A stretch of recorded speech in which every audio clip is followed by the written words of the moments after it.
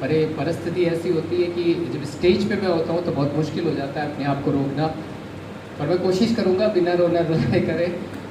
प्रभु का धन्यवाद करते हैं, सचमुच में परमेश्वर भला है, हमसे प्रेम करने वाला परमेश्वर है और वो हमारी प्रार्थनाओं को ना सिर्फ सुनता है परंतु परमेश्वर हमारी प्रार्थनाओं का उत्तर देने वाला परमेश्वर है।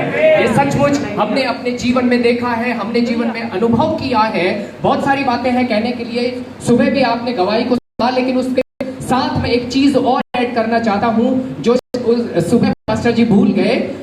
जब रीना ने कंसीव किया और 3rd मंथ में जब हम लोगों ने सिटी स्कैन करवाया तो डॉक्टर्स ने फिर से हमें एक नेगेटिव इंप्रेशन दिया, और वो ये नेगेटिव इंप्रेशन ये था कि डॉक्टर ने हमें ये बताया कि अगर आप इस बच्चे को कंटिन्यू करते हैं तो ये अब नॉर्मल होगा।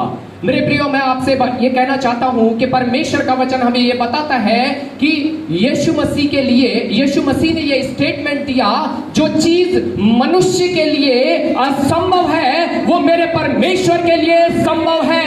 मेरा परमेश्वर उन सारी रिपोर्ट्स को, आपके पास क्या रिपोर्ट्स हैं उस पे कोई फर्क नहीं पड़ता, आपके पास लोगों की क्या बातें हैं उस पे परमेश्वर को कोई फर्क नहीं पड़ता।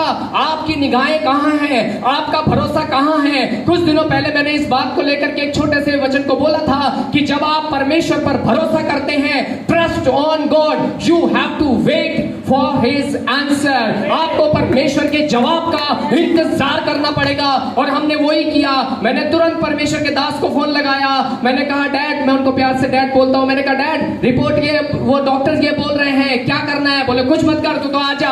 और आप यकीन मानिए, मैंने परमेश्वर के दास को, क्योंकि मैं आपको एक बात और बोलना चाहता हूं यहां से, जब यीशु मसीह अपनी उम्र में बढ़ रहा था तो वहां बहुत एक इंपॉर्टेंट चीज लिखी है जिसको हम मिस कर देते हैं कि यीशु मसीह परमेश्वर और मनुष्यों के अनुग्रह में, कृपा में बढ़ता चला गया।